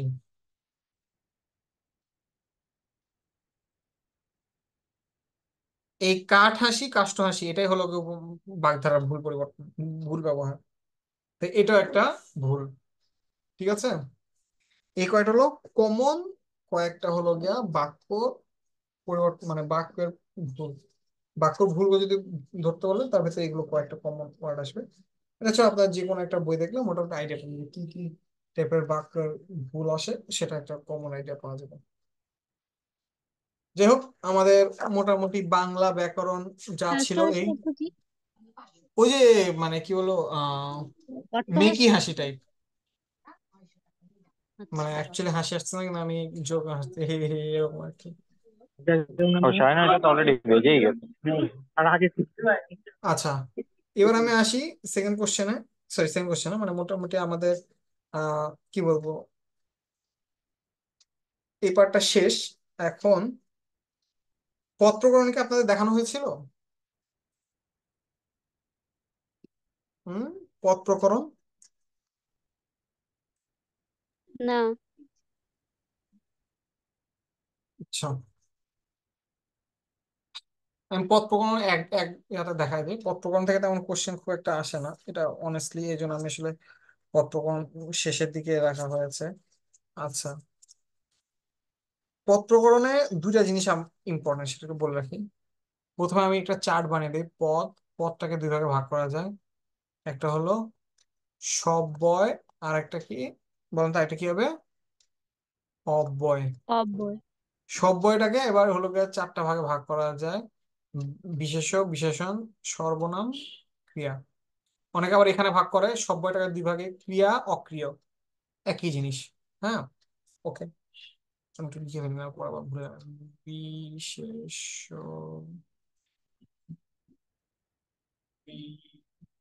বিশেষণ, সর্বনাম, আর এটা কি, ক্রিয়া। ঠিক আছে, এই কয়টা হলো আমাদের পদ।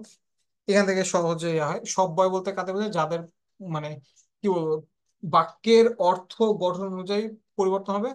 অব্যয় কারা? যাদের বাক্যের গঠন এবং অন্যান্য জিনিস অনুযায়ী পরিবর্তন হবে না, তারাই হলো অব্যয়। সব্যয় এবং অব্যয় নতুন কিছু না। এবার আমি আসি কয়েকটা কমন কথায়। ইংলিশে নাউন পড়েছে না? নাউন সেম জিনিস, মনে আছে? প্রপার নাউন যে কোনো কিছুর নাম, কমন নাউন জাতিবাচক, ম্যাটেরিয়াল নাউন বস্তুবাচক, কালেকটিভ নাউন সমষ্টিবাচক। ওই যে দল, বাহিনী, তারপর মিছিল, ঝাঁক, এগুলো সমষ্টিবাচক। খালি একটা জিনিস হয়তো একটু কনফিউজ হতে পারে, সেটা হলো কি, ওই যে মনে আছে ভার্বাল নাউন ছিল, এই ভার্বাল হুম। নাউনের বাংলা হলো ভাববাচক বিশেষ্য। দেখে মনে হবে কি ক্রিয়া, আবার বলছি দেখে মনে হবে ক্রিয়া। ভার্বাল নাউনে আইএনজি যুক্ত হয় না। হ্যাঁ, ভার্বাল নাউন আইএনজি যুক্ত হয়, কিন্তু বাংলায় তো আর আইএনজি যুক্ত হবে না। বাংলায় দেখে মনে হবে যে কোনো একটা ক্রিয়া। যেমন ওকে। দেখা, তারপর হলো দর্শন, তারপরে কি আছে, গমন। দেখে মনে হচ্ছে যে এগুলো ক্রিয়া, কিন্তু অ্যাকচুয়ালি এগুলো বিশেষ্য। ঠিক আছে। আর আরেকটা ছিল হলো অ্যাবস্ট্রাক্ট নাউন। অ্যাবস্ট্রাক্ট নাউনটা কি? গুণবাচক বিশেষণ। ভার্বাল নাউনের একটা উদাহরণ দিন তো। এই যে বলো, দেখা, দর্শন, না না, গমন। এটা না, পুরো একটা বাক্য। ওই যে ওই ধরেন যে পূজা দর্শনে বের হলাম। সেখানে এটা ভাববাচ্য বিশেষ্য হবে। হ্যাঁ, ভাব, আচ্ছা। ব্যয়, কি বলে, ক্রিয়া কোনটা? বের হলাম। বের হওয়াটা হলো গিয়া ক্রিয়া। আচ্ছা। ঠিক আছে। আচ্ছা, অ্যাবস্ট্রাক্ট নাউন এটা হলো গিয়ে কি? গুণবাচক। গুণবাচক বলতে কাদের কাছে বুঝাবো? ওই যে যেগুলো ছিল, অলস্য, তারল্য, সৌরভ, এগুলো হলো গিয়ে সব গুণবাচক বিশেষণ। ঠিক আছে। এই তো এই কয়টাই আর কি মোটামুটি। ওকে। ভেজাল লাগবে মূলত বিশেষণে।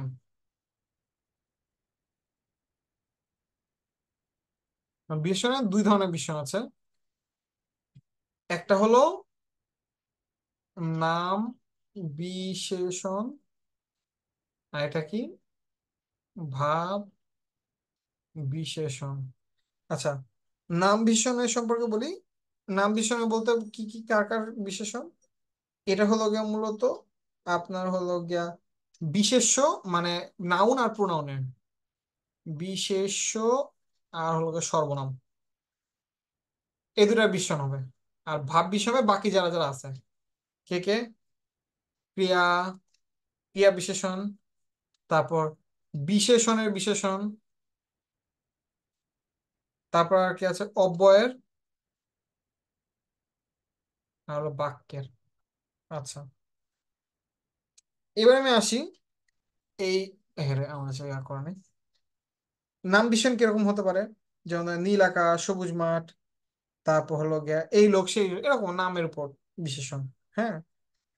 আর বিশেষণ মানে সর্বনামের বিশেষণ কিরকম? ধরেন সে রূপবান, কাকে মডিফাই করছে? সে কে। তারপর সর্বনামের বিশেষণ। যাদেরকে নিয়ে ভেজা লাগবে সেটা নিয়ে বলি। ক্রিয়া বিশেষণ হলো সিম্পলি অ্যাডভার্ব। বিশেষণ বিশেষণে অ্যাডভার্ব কেন? মনে আছে অ্যাডভার্বই ছিল যারা হলো গিয়া ওই কি বলে, এই অ্যাডজেক্টিভ আর হলো গিয়া কি বলে, ভার্বকে হলো গিয়া মডিফাই করতো। তাই ভাব বিশেষণ বলতে কিছু, ক্রিয়া বিশেষণ আর বিশেষণ বিশেষণ কিছুই না, জাস্ট হলো অ্যাডভার্ব। যেমন ধরেন কিরকম? তাড়াতাড়ি পড়ো। এখন আবার ধরেন বিশেষণ বিশেষণ কিরকম? ধরেন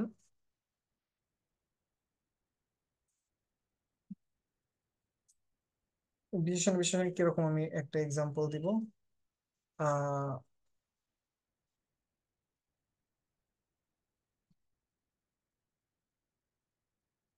একটু দুধ দাও। একটুটা কি বলেন তো, বিশেষণ নাকি, নাকি এটা সর্বনাম, নাকি অব্যয়, নাকি ক্রিয়া, কি বলেন তো? একটু কোন পদ? কোন পদ?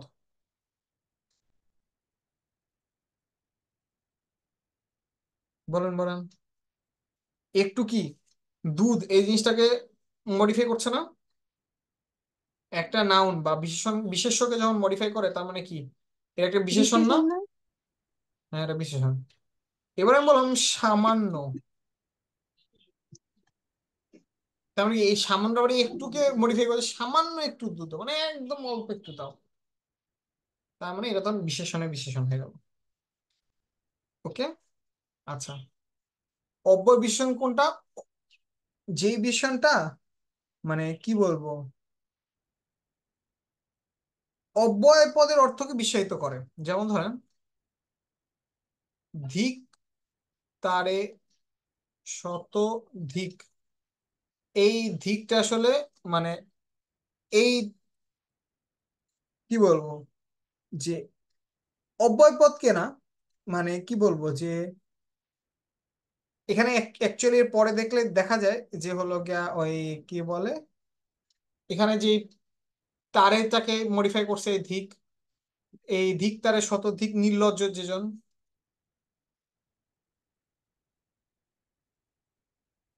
এই একটাই খালি আছে এইখানে এক্সাম্পল, যে এটা হলো মূলত অব্যয়, মানে কি বলে অব্যয় বিশেষণ হিসেবে বোঝানো হয়। মেইন আমি রিজন এটা হলো বুঝিনি, যে হ্যাঁ, আমি এটা বুঝি নাই। অব্যয়ের বিশেষণ একটা কি? লাইন আছে, ধিক্কারে শতধিক এটা নির্লজ্জ শুনছি। যে জন। হ্যাঁ, এই লাইনটাতে এই ধিকটা মূলত একটা অব্যয়ের বিশেষণ। কেন অব্যয়ের বিশেষণ? এর কোনো চেঞ্জ নাই। আপনি অন্য যেখানে যে মানে ধিককে বসান দেখবেন যে এর কোনো চেঞ্জ নাই। ধিকটা হলো গিয়া মানে এখানে কি করছে, এই এই লোকটাকে বিশেষিত করছে, কিন্তু কেমন বিশেষ, অব্যয়ের মতো করে বিশ্বায়ন করছে। এই ধিকের কি কোনো চেঞ্জ আছে? দুই জায়গায় দুই রকম বসছে, কিন্তু মানে দুই জায়গায় মানে দুই অর্থের ধিক জন্য সব বসেছে, জায়গায়, কিন্তু বুঝি না, আবার বলেন। ধিকের দুই জায়গায় দুই রকম অর্থ। হ্যাঁ, কিন্তু পরিবর্তন আছে কি কোনো? একই রকম তো বুঝাইছে। হ্যাঁ, এই জন্য এটাকে বলা হয় অব্যয়, অব্যয় বিশেষণ। হুম। আচ্ছা, এবার ধরেন আমি বললাম যে আজকে বৃষ্টি বলতে পড়তেছে, হ্যাঁ, আজ বৃষ্টি পড়ছে, এটা সাধারণ বাক্য। আমি বললাম বাস্তবিক কি আজ বৃষ্টি পড়ছে। এই একটা বাস্তবিকই ওয়ার কথাটা পুরা লাইনটাকে মডিফাই করে ফেলেছে না? হুম। এটারে বলা হয় হলো গিয়া আপনার হলো বাক্যের বিশেষণ। কিভাবে? দেখেন, এই বাস্তবিকই এই একটা ওয়ার্ড পুরা বাক্যটাকে হলো গিয়া মডিফাই করে ফেলেছে। এই জন্য সেটা বাক্যের বিশেষণ। হ্যাঁ,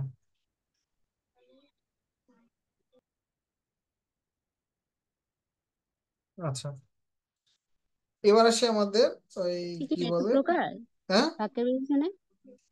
বুঝি না, আবার বলেন। বাক্যের বিশেষণটা কি ভাব বিশেষণের একটা প্রকার? হ্যাঁ, না না না, বাক্য বিশেষণ, হ্যাঁ, ভাব বিশেষণের প্রকার, ইয়াস। ভাব বিশেষণ এক, দুই, তিন, চার, এই চার প্রকার। ঠিক আছে, আমি আরেকটু টাইম লাগবে আমার।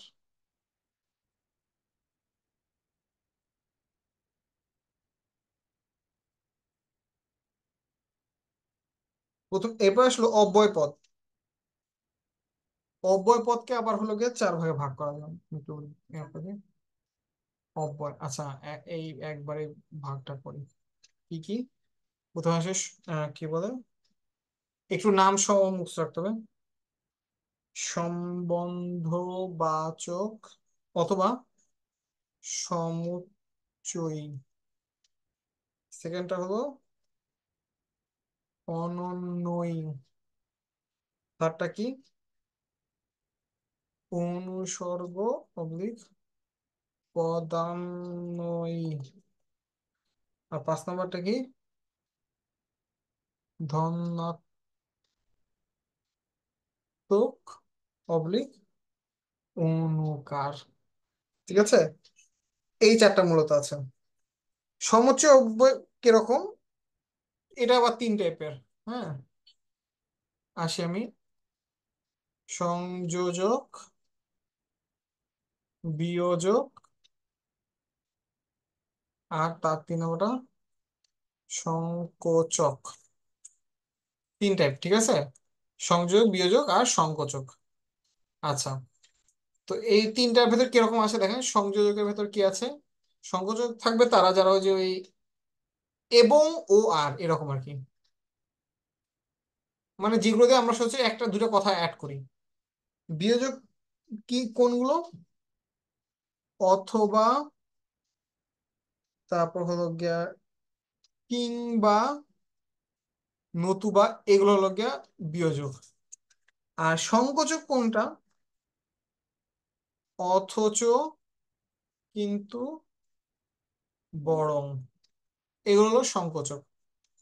আচ্ছা, আর আমি একটু শেষের দিকের কয়েকটা দেখা আসি। অনুকার ধ্বনি কিরকম? যেগুলোতে সাউন্ড হবে, সাউন্ড বোঝাবে, যেমন ধরেন টাপুর টুপুর, হু হু, শা শা, এরকম বৃষ্টি হয় টাপুর টুপুর, ঝনঝন করে আসছে তেরে, এরকম। অনুকার মানে সাউন্ড, ধনাত্মক, মানে একটা সাউন্ড সৃষ্টি করবে। শ শা শা, তারপর হু হু, এগুলো হলো গিয়া ধনাত্মক বা অনুকার। অনুসর্গ অব্যয় কোনগুলো আছে? যেগুলো মূলত অনুসর্গ বা ইয়াতে অনুসর্গ বলতে কিরকম, যেগুলো ধরেন যে দিয়ে, তারপর হলো গিয়া আহ হতে, বা চে, এইসব ওয়ার্ড যেগুলো মূলত আপনার কি বলে, সহজ কথা বলে বিভক্তির রূপ। বিভক্তিগুলো মূলত অনুসর্গ বা এই পদান্বয় অব্যয় হিসেবে থাকে। এবার আসে আমি যে হলো গিয়া ওই কি বলে অনন্বয় অব্যয়। অনন্বয় অব্যয়ের বেশ অনেকগুলো হলো গিয়া মানে কি বলবো যে উদাহরণ আছে, যেটা হলো আমি আপনাদেরকে এখনই একটা ছবি আপনাদের ফেসবুক গ্রুপে দিয়ে দিচ্ছি। এক সেকেন্ড, ফেসবুক টেলিগ্রাম গ্রুপে দিয়ে দিচ্ছি।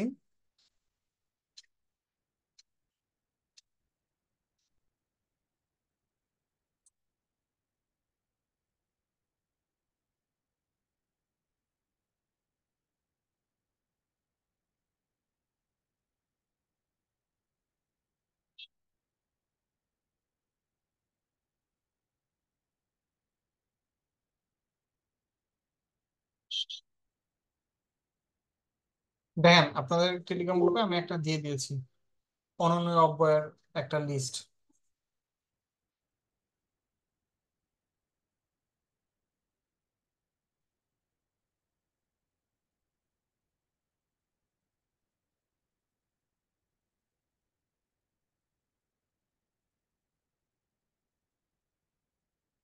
দেখা গেছে? আচ্ছা, আমি এই সেম জিনিসটাকে এখানে একটু ড্র করে নিই, তাহলে আমাদের সুবিধা হবে। উম,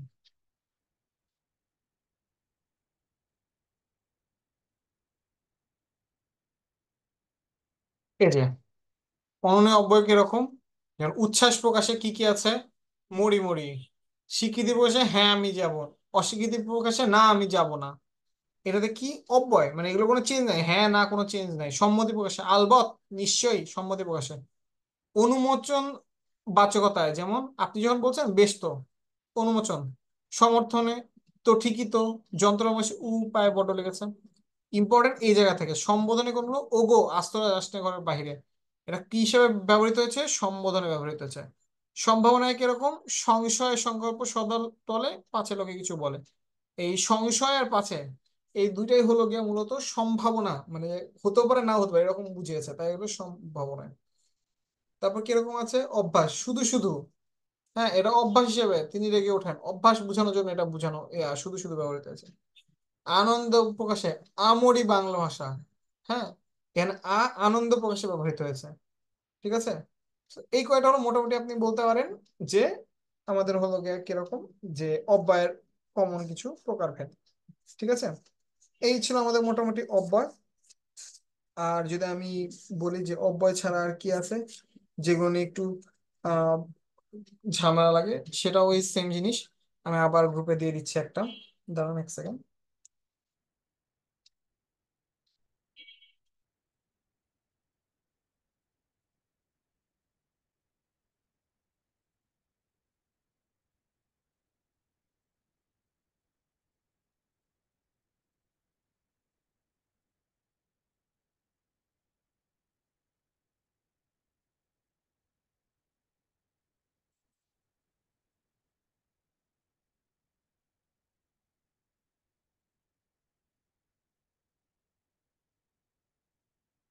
দেখেন আমি হলো গিয়ে ওই সর্বনামেরও একটা দিয়ে দিয়েছি লিস্ট। এগুলোই মোটামুটি আমাদের সর্বনামের ক্ষেত্রেও লাগতেছে, এর বাইরে আমাদের সর্বনামে তেমন কিছু লাগতেছে না।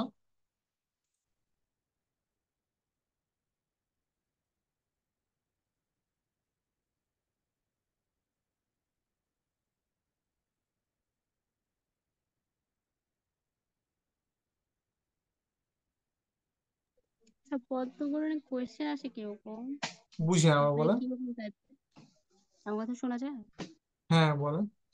পদ্মপুরাণে কোয়েশ্চেন আসে কিভাবে, মানে এগুলো তো অনেকগুলো, মানে অনেকগুলোর ভেতরে উদাহরণ আসে চাইবে, মোটামুটি।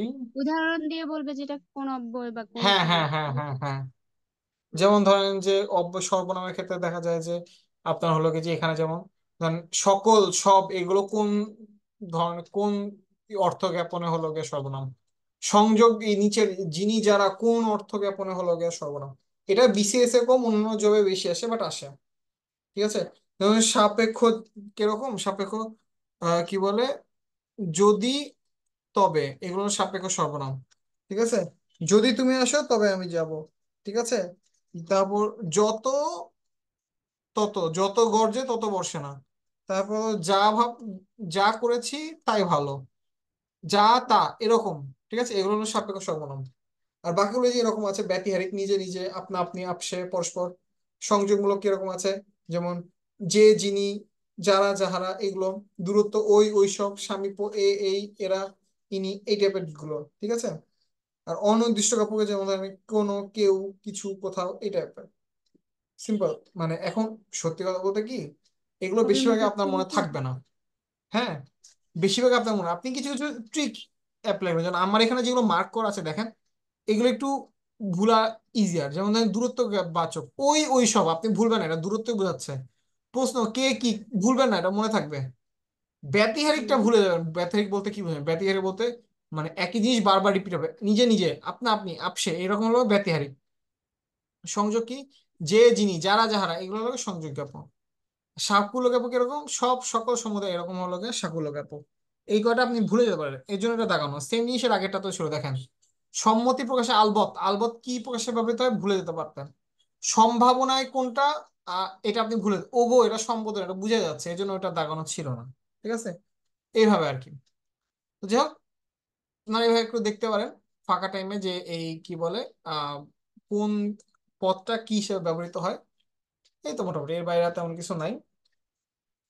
আর ক্রিয়ার ক্ষেত্রে যদি আমি বলি, ক্রিয়ার ক্ষেত্রে অতটা মানে কি বলবো, যে আসতে দেখা যায় না যে ওই কোন ক্রিয়াপদটা কি টাইপের, জন্য আমি এটা মেইনলি ক্রিয়াটা আর দেখাচ্ছি আচ্ছা, না। এখানে কি মূলত হচ্ছে অব্যয় আর সর্বনাম বেশি ইম্পর্টেন্ট, মানে এইখান থেকে আসে নাকি একদম পুরো সবগুলোই? বললামই তো, পদ থেকে আসে একটা কোশ্চেন, এবং সেটা অব্যয় থেকে আসবে না সর্বনাম থেকে আসবে, এটা বলা যে কোনো একটু দিক টাফ। থেকে আসতে পারে। যে কোনো আচ্ছা। থেকে আসতে পারে।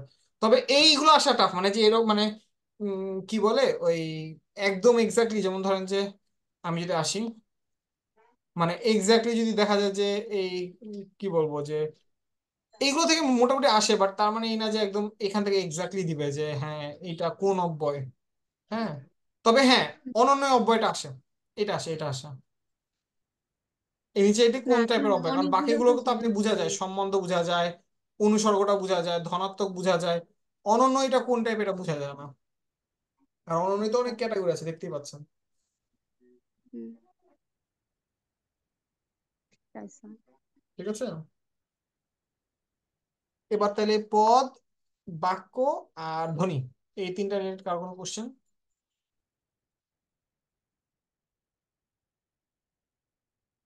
বাক্য থেকে তো ওই যে বাক্য তিন প্রকার, ওটা থেকে তিন প্রকার, আর হলো গিয়ে আমার বাক্যের এরকম আছে, কোন কোন বাক্যের ওই কি যে কিতে ভুল হয়। সূত্রপাত। এই কয়টা। আর ধ্বনি থেকে তো ধ্বনির যে পুরো পার্টটা পড়ালামই। বাক্যটা ইজি আছে, কিন্তু এটা অনেক কঠিন। হ্যাঁ, পদ প্রকরণ একটু টাফ তুলনামূলকভাবে। বলেন, আর কারো কোথাও কোনো কোশ্চেন আছে নাকি? আচ্ছা, আর আরেকটা ধ্বনির কথা, মধ্যে আমার বাংলা, আমি যে টপিকগুলো দেখছিলাম, বাংলা, ইংলিশ, ইন্টারন্যাশনাল আর বাংলাদেশ, এটা ইয়া দেখতেছে, সিএম দেখতেছে, যদি এটা শেষ হয়ে যাবে আর বেশি দিন লাগবে না। তো এখন আপনাদের আর ম্যাথও মোটামুটি শেষের দিকে যতদূর আমি জানি। এবার আপনাদের আর কারো কোনো প্রবলেম আছে কি সেটা বলেন, সে অনুযায়ী আপনারা একটু বলবেন যে অমুক দিন আমরা ক্লাস করতে চাচ্ছি, আমরা সেই অনুযায়ী আমরা এক্সট্রা ক্লাস রাখবো। শুক্রবার শনিবার এক্সট্রা ক্লাস রাখা যায় না, মানে রমজান মাসে? রমজান মাসে শুক্রবার শনিবার রাখা যায়, দিনের বেলা করতে হবে, কারণ ধরেন যে হ্যাঁ হ্যাঁ, মানে দিনের বেলাই বলতেছি, হ্যাঁ দিনের কারণ বেলায় ওই দিন তাহলে, অফিস। হ্যাঁ হ্যাঁ বুঝতে পারছি, অফিসের দিনগুলো তো পাঠাটা। আচ্ছা, ধ্বনির মধ্যে কি কি জানি ইম্পর্টেন্ট সবচেয়ে বেশি? ওই যে ধ্বনিপতি ঘোষ ইনফরমেশন, অঘোষ। যে ওই বর্গ, কোনটা কোন বর্গ, কোনটা তারণজাত বর্ণ, কোনটা শীষ বর্ণ, এই টাইপের কোশ্চেন। আচ্ছা, ঠিক আছে। ও আচ্ছা, আমাদের আইসিটি ক্লাস আরো হবে না? তো জয় বলতে পারার কথা, তো জয় করাচ্ছে, জয় ভালো না, বলতে পারবে। 3টা কোর্সে আইসিটি অনেক, সিলেবাস অনেক, ভাই অবশ্য সবকিছু মিলাই একবারে ক্লাস নেয় একটা করে। ভাইয়া বলতে পারবে যে কতটুকু শেষ করছে, কিন্তু আমার কাছে আচ্ছা মনে আমি হয়েছে যে একটা আমি কথা বলি, পারবো হ্যাঁ, না। যেমন ধরেন ওই টপোলজি, নেটওয়ার্ক টপোলজি, এটা এটা কি ভাইয়া পড়াইছে। পড়ানোর জন্য ওয়েট করার দরকার আছে? না। বা ধরেন যে ওই যে ওই কি বলে ওই ডাটাবেজ ম্যানেজমেন্ট সিস্টেম, এটা তো রিডিং পড়া। হুম।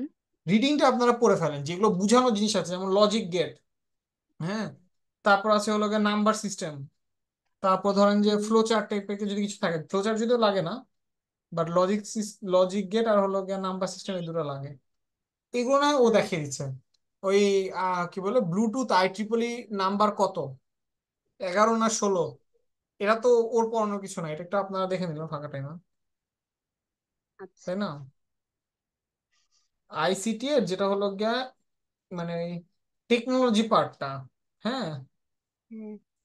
ওই পার্টটা আপনি একটু দেখে নিবেন নিজেরা, নাম্বারটা মানে নেও যেগুলো দেখা হচ্ছে দিলাম। মুখস্থ করতে হয় সেগুলো নিজেরা দেখে হ্যাঁ, নিলাম। তারপর আমি ঠিক ওকে আছে। বলে দিব যে আচ্ছা ঠিক আছে, ওগুলো নিয়ে একবার হলো একদিন একটু মানে না কি না, বলবো ভাইয়া অ্যাট এ গ্লান্স বলেছেন। বললো। ঠিক আছে, আর কারো কোনো কোশ্চেন? না ভাইয়া।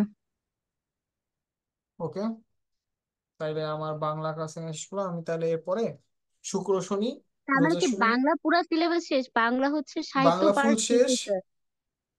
হ্যাঁ, এখন ইংরাজি ফুল ব্যাকরণ পার্ট শেষ, আছে। আর ইংরেজি গ্রামার শেষ। হ্যাঁ গ্রামারও শেষ, গ্রামারে তেমন কিছু বাদ নাই আর। কোনো কিছু বাদ আছে বলে মনে হলে বলেন, আমি সেটার একটা ক্লাস নেওয়ার ব্যবস্থা করবো। সে তো দেখে বলতে হবে।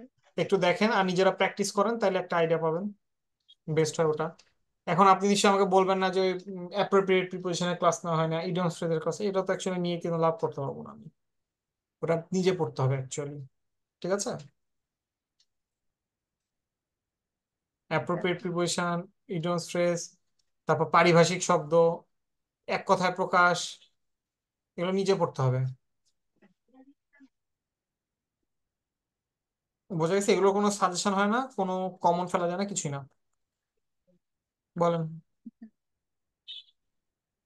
আর কারো কোনো কোশ্চেন? আচ্ছা মাঝখানে সমাপ্ত কেটে দিয়ে নিলে হলো গা, মানুষজন সমাপ্ত থেকে শেষ হয়ে যায়। হুম। বলেন, আর কারো কোনো কোশ্চেন আছে? ফাহিম ভাই, ভাই তারপর আমার কোয়েশ্চেন নাই ভাই। Supto, congratulation. Thank you so much ভাই। আমি দেখছি, দেখার পর ভালো যে এটা কম কম মানে কংগ্রাচুলেশন দিব, তো ভালো যে না সরাসরি ফেস টু ফেস দিব। যাই হোক, থ্যাংক ইউ সো মাচ ভাই, দোয়া ভালো রাখেন কথা, ভাই। ভালো একটা কাজ করছো, কিন্তু এবার ভাই 46-এ না হলে কিন্তু তোমার খবর আছে, ঠিক আছে? জি ভাই, দোয়া এটা রাখেন, এটা এটাই যেন টেনশনে কোনোভাবে আছি। মিস না যায়। জি ভাই। ঠিক আছে, জি ভাই, ওকে, দোয়া রাখেন ভাই। ইনশাল্লাহ, ফি আমানিল্লাহ, সবাই ভালো থাকবেন। সবাই তাহলে ভালো থাকবেন, আর কারো কোনো প্রবলেম হলে বা এনিথিং আমাদের জানাবেন, আর আমরা ইনশাল্লাহ চেষ্টা করবো শুক্র শনিবার রোজার ভেতরে দিনের বেলা ক্লাস নিতে। ওকে, ওকে ভাই। ওকে, সবাইকে ধন্যবাদ। আমার ক্লাস এখানে শেষ করছি। আসসালামু আলাইকুম। আসসালামু আলাইকুম ভাই। ওয়ালাইকুম ওয়ালাইকুম আসসালাম। আসসালাম।